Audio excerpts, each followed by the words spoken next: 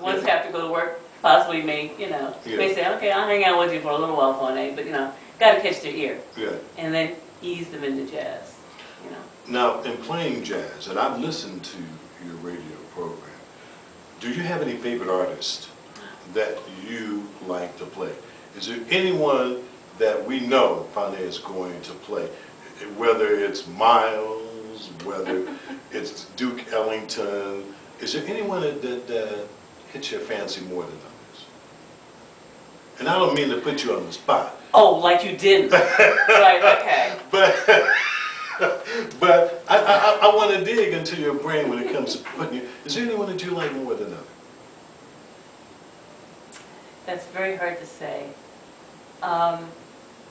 As a listener once told me, oh, I see you really like pianists, don't you? Yeah, because you play more songs by. I hadn't really noticed that I was letting that side show, but right. I guess so. I'm a Monty Alexander fan. Okay. Big Monty. Okay. I like this young man, Eldar. Okay. Those are two that really pop into my mind. Vocalists, I'm going to say I'm really digging the new people that are coming out. Okay. Because they, as you say, are carrying on the torch. Mm-hmm. There is no one who's going to replace Sarah, Carmen, Lena, yeah, Billy. right. There's just nobody has that depth. Nobody has that that fullness, that round sound. Right, right. But I can't take anything away from the newer crop of folk. Mm-hmm. They've got something to say. Mm-hmm. They've got something to offer. Mm-hmm. They soothe my ears. I love their sound. Mm-hmm. So I think it's part of my responsibility to give them some exposure. Mm-hmm. So that's why I say it's kind of hard to pick out who are my favorites now, right. because I've been doing this for such a while. I've gone through the pioneers and the masters and listened to them and played them over and over and over again. And it's not to say that I wouldn't, but there's so much new music that keeps coming out that, oh, I like that. I like that. You know? Right. You know, give me some more Roy Hargrove. Right. He's got a Barry Sachs guy and on there, Jason Marshall, who I just love his sound. Right. A little bit prejudiced because he lives in the Brooklyn neighborhood, but anyway. But still, it's just there's so much to choose from. Right. There really is. Speaking of growing up, because that's what I was going to ask you next. Where are you from? Where is home? Where's home? Where I hang my hat. Honey, right now it's here. But I was born in Brooklyn. Okay. And I grew up in Philadelphia and San Pedro, Los Angeles. No, get out of here. Yes, sir. The home of jazz on my mind. All right. See? Okay. Now, as you were growing up, when did you decide, I want to be on the radio?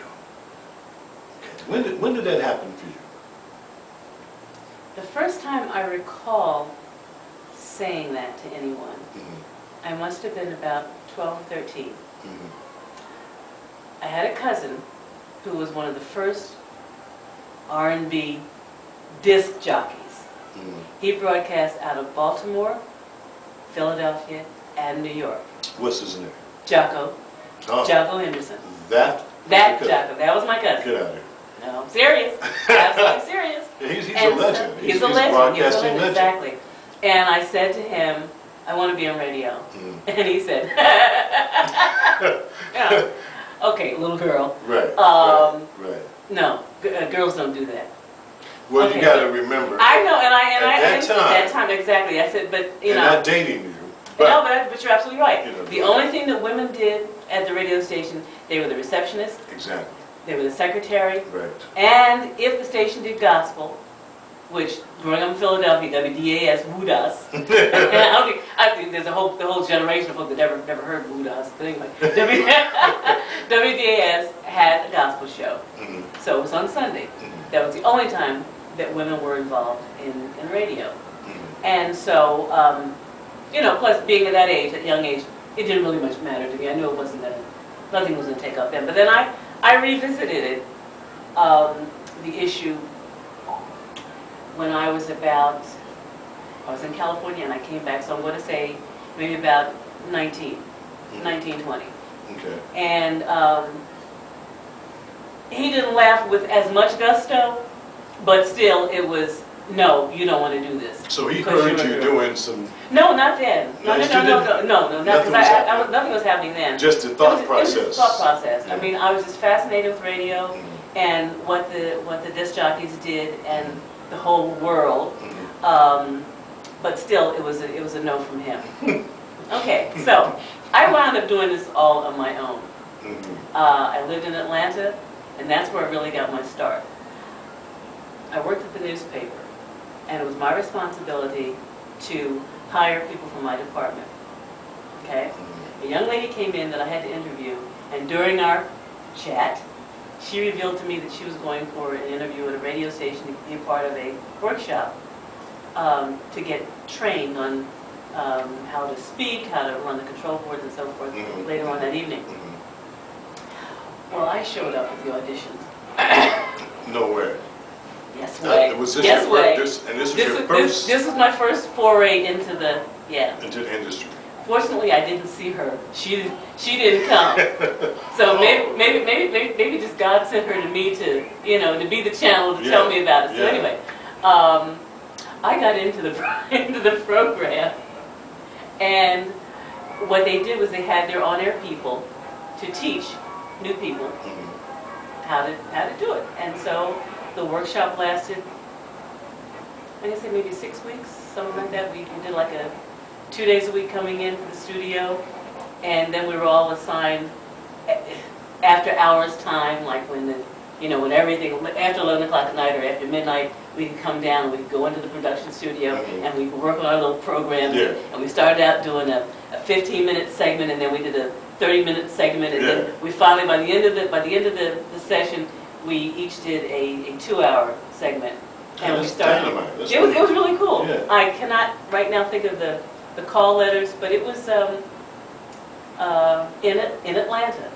And now, mind you, at the time I lived up in Marietta, and this is what they called, the station was what they called a daylighter.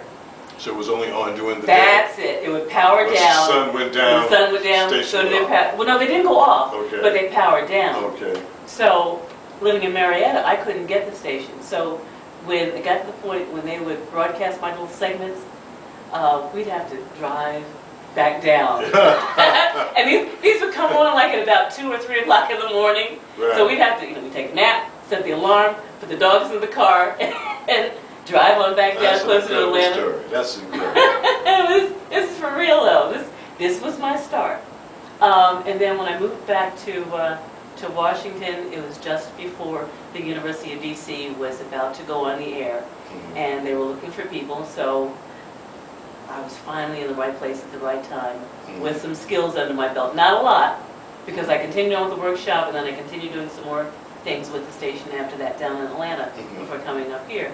And so I got my start at WDCU and did 15 plus years there. And then here I am, WFPW. You know, it's amazing because when you tell the story about telling your Uncle Jocko at 12 years old you wanted to be a broadcaster, and he laughed. It reminds me of my mother. When I told my mother, I was about 15, I want to be a radio DJ. They said, "Are you crazy? Are you out of your mind?" But it's something about once they hear you doing what your desire is. Because when my mother heard me on the air in Los Angeles, she was very proud. And I'm sure your Uncle Jocko, once he got to hear you, I'm sure he had a lot to be proud of. Oh yeah, then he eventually said, "I told her all she knows." See, that's what I'm saying. That's when he really took credit. But as you mentioned about your mother, my mother, for the longest time, I had been on the air more than 10 years, and she was still saying, "When are you going to get a real job?" Okay, well, I think broadcasters will hear that as time goes on, because people from the outside look at us whereby you come on, you work 4 hours a day, and then that's it. But they don't understand the other things that are entailed, the production work, the promotions, and so forth. So anyway. Yeah, so that's okay. So I let it go. Just keep doing your thing. I just kept doing my thing. Yeah. So now you're here at this marvelous radio station, WPFW 89.3 in Washington.